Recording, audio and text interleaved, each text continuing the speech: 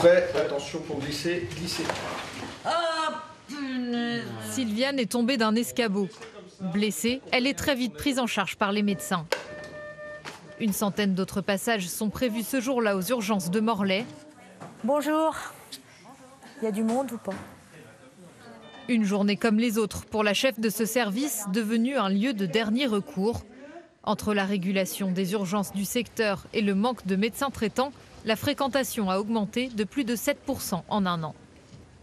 La grosse problématique, c'est pas passer à côté de quelque chose qui pourrait s'aggraver. L'autre problématique, c'est les difficultés à trouver des ambulances pour les retours. Et puis sinon, on a des difficultés pour trouver des lits d'aval parce que on a quand même une carence en médecins au niveau de l'établissement. Plusieurs fois, les urgences ont donc été submergées. Il y a quelques mois, un nouveau poste a été créé, celui de médecin d'accueil et d'orientation, pour assurer les premières consultations. Et donc là, qu'est-ce qui vous arrive ? Je fais mordre par un chien. Monsieur est arrivé à l'accueil, donc le motif est identifié par l'infirmière d'accueil. Moi, j'évalue la gravité des lésions et puis je peux anticiper les prescriptions de radio. Si jamais ça avait été une plaie vraiment plus grave, on aurait pu appeler le chirurgien plus tôt. Voilà, gagner du temps sur tout ça.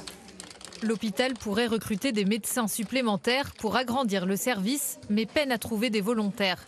Parmi ces internes, seul Loïc deviendra urgentiste. L'explication du fait que ce soit difficile, c'est qu'il y a une pénurie sur toutes les spécialités et qu'à Brest, on forme 10 urgentistes par an. Après leur stage aux urgences, ces étudiants iront vers d'autres spécialités moins contraignantes. C'est dur honnêtement de faire des gardes de 24 heures, parfois 2 fois dans la semaine. Moi je me vois faire ça une certaine partie de ma vie, pourquoi pas, mais pas toute ma vie. Mais la charge de travail devrait s'alléger à l'hôpital de Morlaix. Depuis début novembre, les urgences de Carhaix ont enfin rouvert en semaine.